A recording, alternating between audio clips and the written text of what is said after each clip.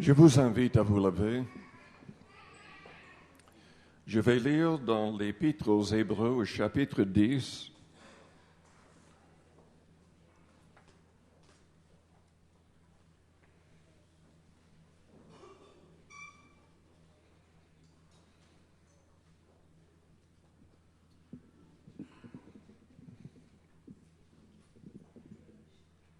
Hébreux, chapitre 10.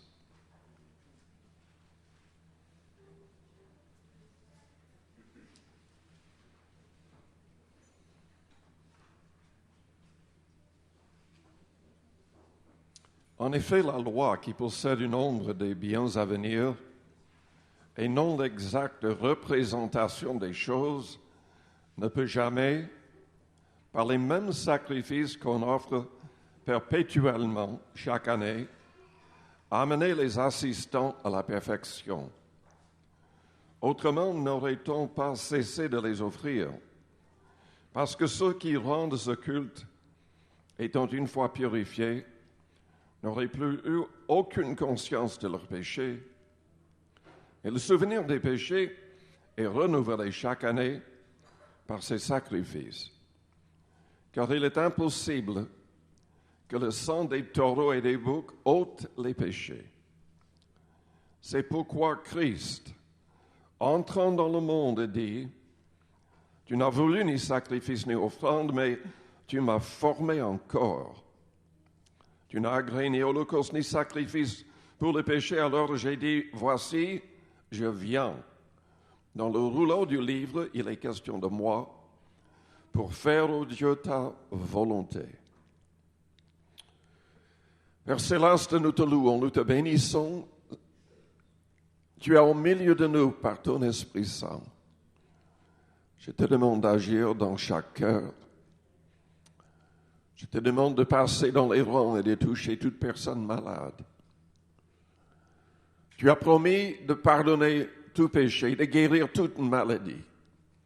Tout pouvoir est entre tes mains. Père, sois glorifié et glorifie ton Fils au milieu de nous. Car nous demandons tout au bon nom de Jésus. Amen. Vous pouvez vous asseoir.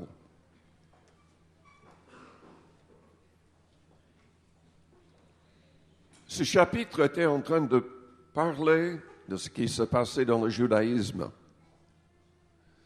Dieu avait donné l'ordre que les Israélites devaient offrir des animaux en sacrifice. Quand il s'agissait d'être pardonnés, ils plaçaient leurs mains sur l'animal avant que l'animal soit tué et offert en sacrifice. Et dans ce sens, c'était symbolique.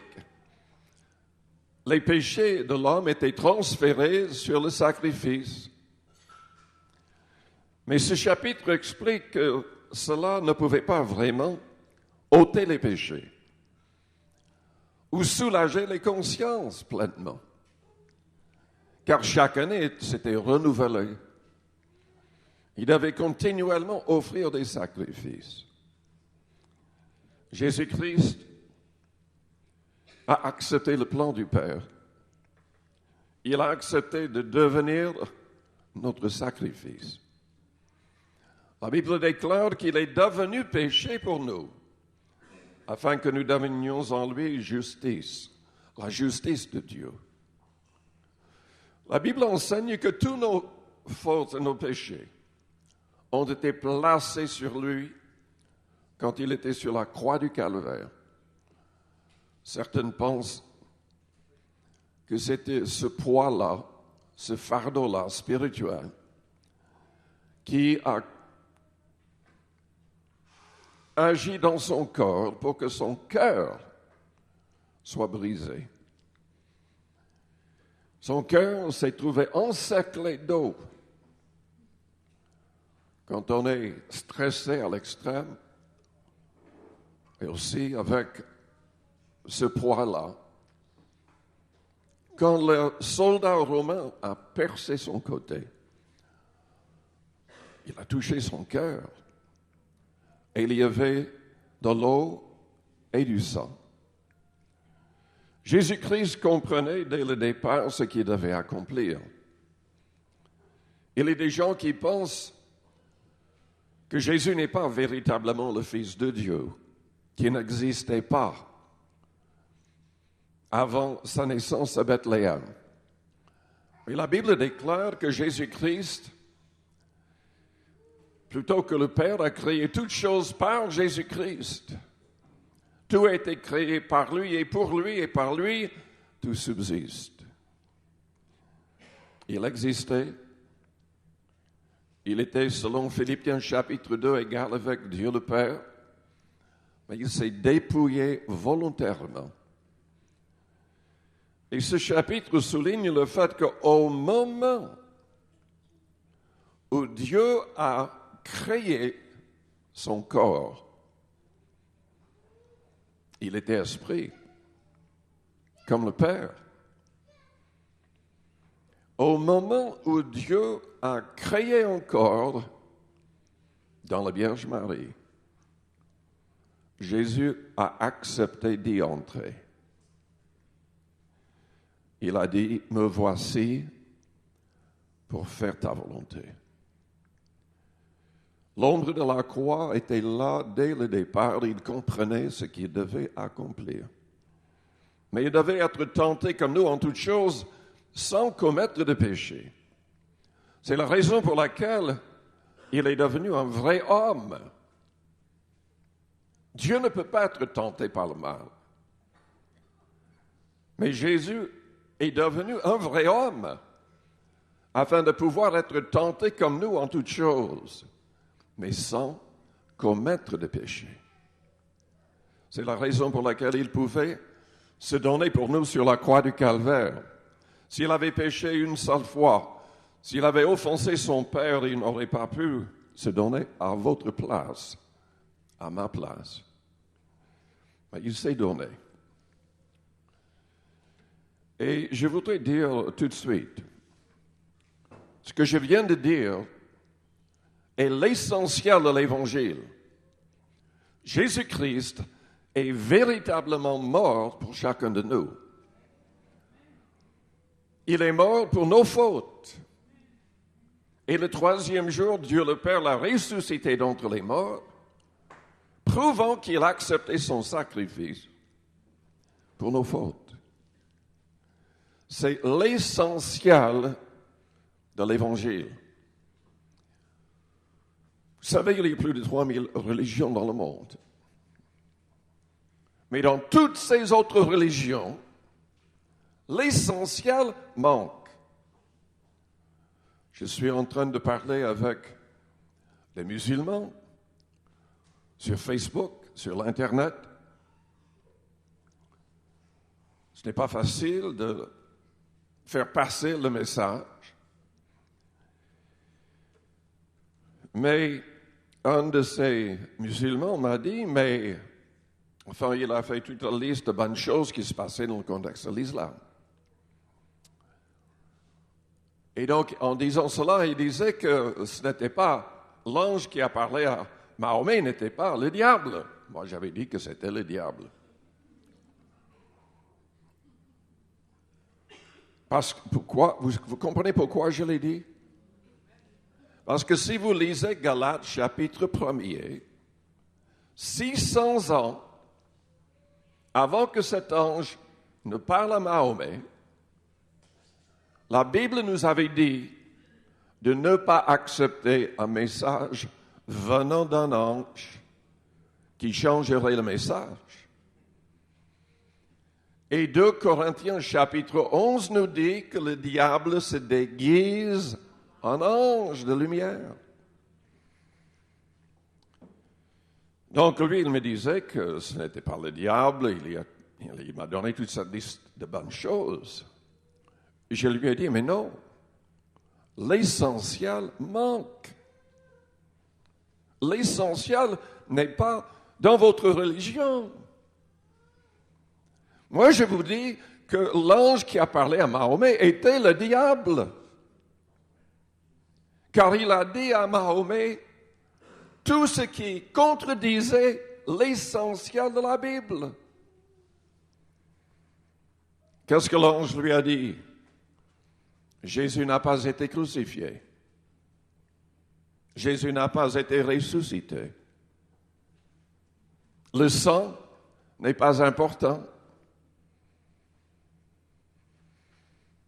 L'essentiel. La Bible nous dit dans Romains chapitre 10, à partir du verset 9, que pour être sauvés, nous devons confesser avec notre bouche que Jésus a été ressuscité d'entre les morts. Nous devons confesser qu'il est le Seigneur. Nous devons aussi, selon 1 Jean 4, verset 15, confesser qu'il est le Fils de Dieu. Mais l'ange a dit à Mahomet qu'Allah n'a pas de fils. Tout ce qu'il lui a dit empêche les musulmans de saisir la vie éternelle. La vie éternelle est promise aux personnes qui confessent que Jésus est le Fils de Dieu. La promesse est donnée que Dieu va demeurer en nous et nous en Dieu si nous le confessons. Nous devons confesser, croyant avec notre cœur que Jésus a été ressuscité véritablement d'entre les morts. L'essentiel manque dans toutes les religions du monde, à part le christianisme. Mes amis, Jésus-Christ n'a pas menti. Les prophètes n'ont pas menti. Est-ce que vous vous rendez compte? Il n'y a aucun autre chef religieux de toute l'histoire que nous pouvons comparer avec Jésus-Christ. Aucun autre prophète, aucun magicien, sorcier, peu importe ce qu'on utilise comme nom. Qui a fait autant de miracles? Qui a pu nourrir miraculeusement 4 000, ensuite 5 000 hommes en multipliant la nourriture? Qui dans l'histoire a pu arrêter les tempêtes avec sa simple parole? Qui a pu marcher sur les eaux?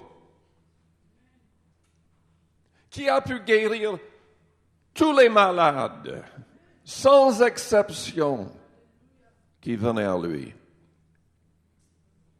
Qui d'autre a ressuscité les morts et s'est ressuscité lui-même le 3e jour? Personne. Il est incomparable. Il est incomparable. Et que des gens, dans le contexte d'autres religions, disent « Ah non, il n'a pas dit cela. Quelqu'un a falsifié le message. » Excusez-moi, mais ils sont très très loin de la réalité. Vous savez, nous avons tellement de témoignages. Nous avons le témoignage des prophètes. Plus de 300 prophéties accomplies à la lettre. Et après sa résurrection, Jésus-Christ s'est présenté à ses disciples qui ne comprenaient pas. Et il a commencé avec Moïse. Il leur a montré dans toute la Bible, dans les psaumes, dans les prophètes, dans la loi, tous les passages qui le concernaient. Il y avait des centaines et peut-être même des milliers de témoins oculaires que les gens aillent jusqu'à dire « mais il n'a pas été crucifié », imaginant je ne sais pas quoi. Vous savez, la Bible dit que Marie, sa propre mère, et Jean, le disciple qu'il aimait peut-être le plus, était au pied de la croix et lui parlait. Jésus a demandé à Jean de s'occuper de sa mère. Imaginer que quelqu'un d'autre était sur la croix à la place de Christ, c'est inimaginable. Pendant 600 ans, les Romains n'ont jamais nié que c'était le Christ. En dehors de la Bible et des écrits par les Romains à l'époque, vérifiant le fait que Jésus a été crucifié. Les Juifs n'ont jamais nié qu'il a été crucifié. S'ils avaient eu la possibilité de le nier, ils l'auraient fait. Parce qu'ils ne voulaient pas que les gens croient en Jésus. Il n'y avait personne niant la réalité de sa crucifixion. Jusqu'un ange a parlé à Mahomet. Imaginez que cet ange était de Dieu. Il faut vraiment nier la réalité. Jésus est le Fils de Dieu. Il a été crucifié. Il est ressuscité le 3e jour. Et les mêmes miracles qu'il a accomplis, il peut toujours les accomplir. Si on ne doute point, si on manifeste une pleine foi. Il y avait aussi le témoignage du Saint-Esprit. Jésus avait dit qu'il l'enverrait et qu'il témoignerait de lui. C'est lui, selon Jean 14 et 16, qui nous convainc de péché, de justice et de jugement à venir. Le Saint-Esprit, quand il baptise quelqu'un, quand la personne est poussée à parler miraculeusement d'autres langues, c'est le témoignage que Jésus est véritablement vivant, qu'il a été crucifié, ressuscité, qu'il est le Fils de Dieu, que tout ce qu'il a dit est vrai. Amen. Mais revenons à l'essentiel. Le sang est l'essentiel. Le sang innocent de Jésus-Christ. Est-ce que le sang de Jésus-Christ est appliqué à votre vie? Vous ne serez pas sauvés à moins que ce sang soit appliqué. Les démons savent que Jésus est le Fils de Dieu. Ils connaissent tout à l'égard du sang, mais ils ne seront pas sauvés, car le sang n'est pas appliqué à leur personne. La Bible nous dit dans 1 Jean au chapitre 1er au verset 7 que pour que le sang de Jésus soit appliqué à notre vie, nous devons marcher dans la lumière comme il est lui-même dans la lumière. Alors nous serons en communion avec Dieu. Et le sang de Jésus-Christ nous purifiera de tout péché. Le sang est-il appliqué à votre vie? Est-ce que vous marchez vraiment dans la lumière? La lumière de ce livre.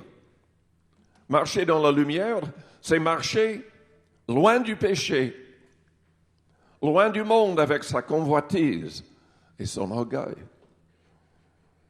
C'est être vraiment conduit par l'Esprit de Dieu.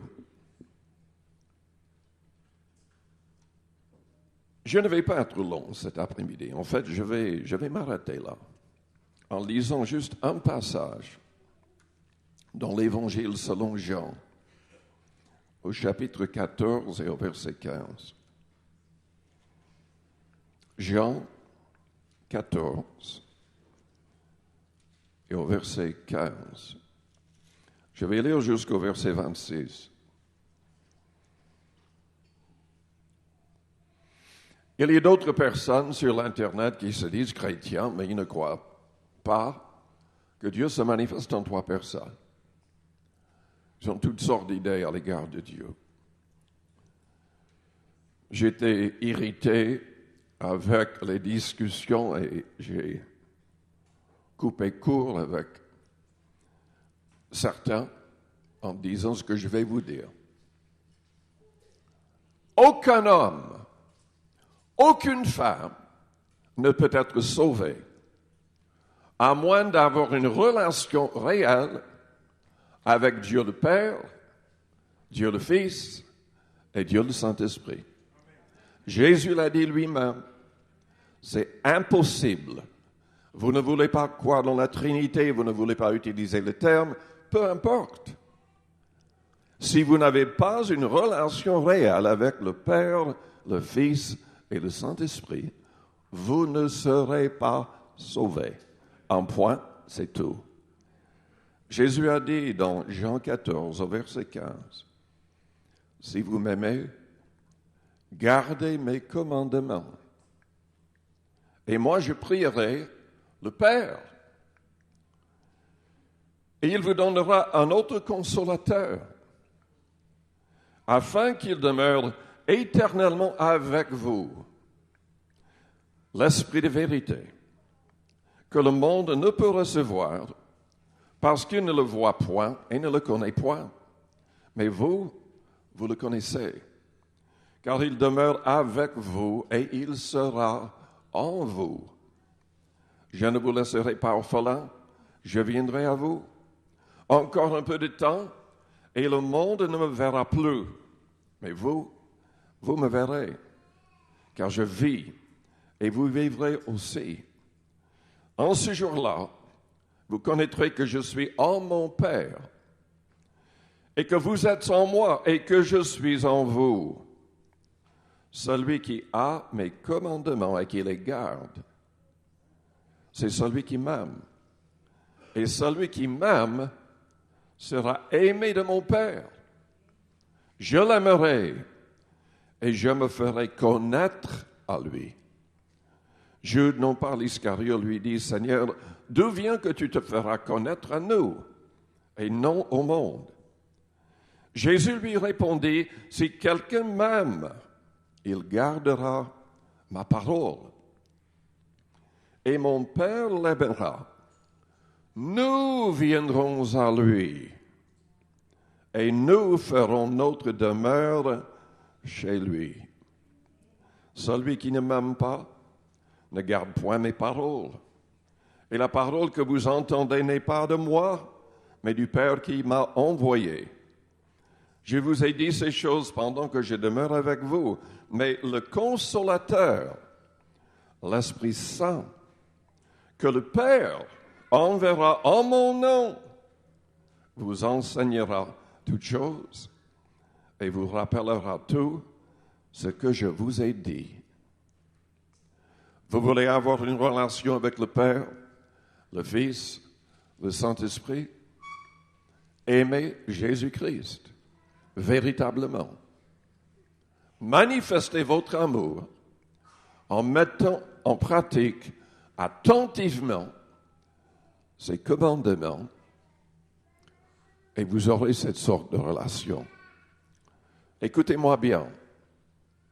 Il y a toutes sortes de gens qui se disent chrétiens, qui ne sont pas du tout chrétiens. Nous en avons dans nos églises. Et dans toutes les églises du monde, il y en a qui n'ont pas véritablement l'Esprit Saint, qui n'ont pas véritablement une relation avec le Père, le Fils et le Saint-Esprit. Ils ont peut-être des frissons parfois qui peuvent venir, vous comprenez, aussi du diable, d'un esprit de séduction. Il y a des esprits mauvais dans, je suppose, toutes les religions du monde. Et les gens peuvent ressentir quelque chose. Mais pour que nous ayons une relation véritable avec le Père, le Fils et le Saint-Esprit, nous devons aimer Jésus-Christ. Nous devons aimer sa parole. Qu'est-ce qu'il a dit? Aimez-vous les uns les autres comme je vous ai aimé. Dans le contexte d'autres religions, souvent les gens prient contre leurs ennemis. Ils maudissent leurs ennemis. Ils cherchent à jeter des sorts contre leurs ennemis. Jésus nous a ordonné d'aimer nos ennemis, de prier pour nos ennemis, de leur faire du bien.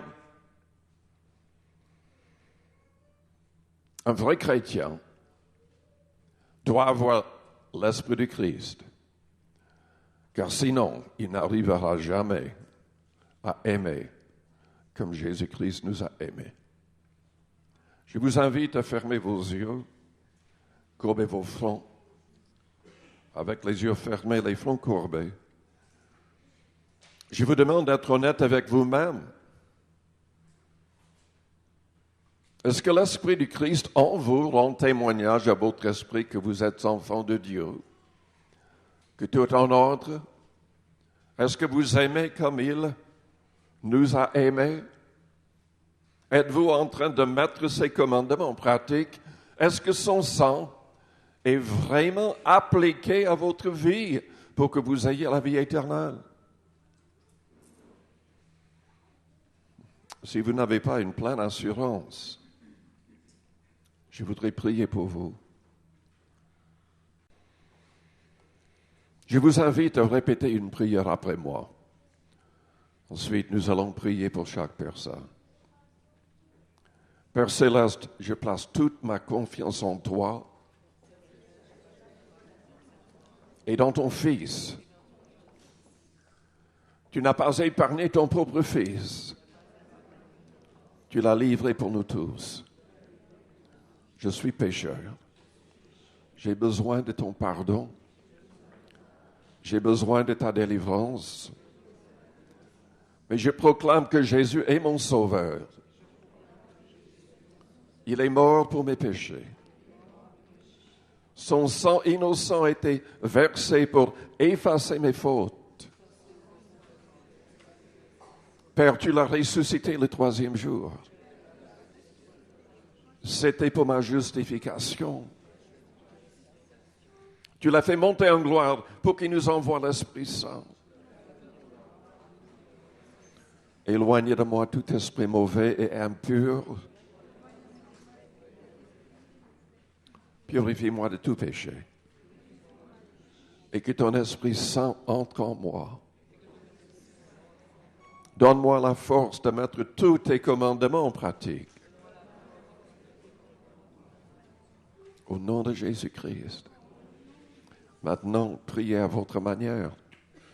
Confessez vos fautes de manière précise et ensuite remerciez le Seigneur car il nous pardonnait déjà de la croix. Père, nous prions aussi pour tous les malades, pour toutes les personnes qui se sont avancées, ayant besoin d'un miracle dans un certain domaine. Nous voulons prier les uns pour les autres. Et Seigneur, en imposant nos mains, que tu puisses confirmer ta parole par des signes, des prodiges et des miracles. Au nom de Jésus-Christ.